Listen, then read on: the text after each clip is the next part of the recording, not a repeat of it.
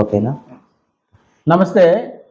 మనము భారతదేశ సాంప్రదాయంలో పసుపు చాలా ప్రాముఖ్యత కలిగినటువంటిది. ఏ శుభకార్యం జరిగినా కానీ పసుపును మనం యూజ్ చేసేటువంటి అలవాటు కలిగి ఉన్నాము.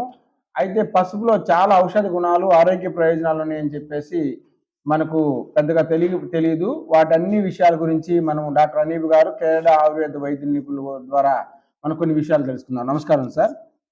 ఇది పసుపు Sanskrit name is Haridra. Haridra చాలా మెడిసినల్ యూసేజ్ ఉంది.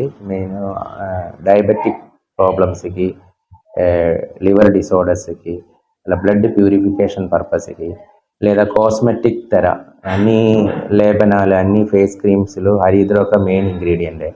మళ్ళీ ఇది కొంచెం కూలింగ్ ఎఫెక్ట్ కూడా వస్తుంది. సో ఎక్స్టర్నల్ అప్లికేషన్ తెర యూజ్ చేయవచ్చు. పింపుల్స్కి అయినా, అలా స్కిన్ డిసీజ్కి అయినా హరిద్రా మెయిన్ ఇంగ్రీడియంటే. అన్ని మెడిసిన్లో మెయిన్ ఇంగ్రీడియంటే.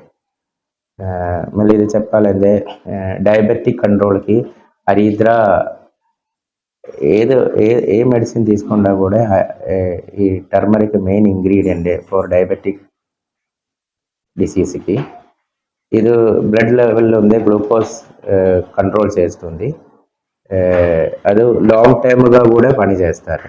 సార్ పచ్చి పసుపుని వాడవచ్చా? మనం వాడచ్చు. పచ్చి పసుపు అన్ని ఇంగ్రీడియంట్స్ లో ఇది డ్రై ఫామ్ వాడకూడదు. First only external purpose use చేయవచ్చు. ఇప్పుడు ఇంటర్నల్ పర్పస్ అన్ని డ్రై ఫామ్ లో యూజ్ చేస్తుంది. మనకి జలుబు దగ్గు వచ్చేసినప్పుడు కొంతమంది పసుపు పౌడర్ పాలలో వేసుకొని తాగుతారు కదా, అలా తాగొచ్చా? తాగొచ్చు.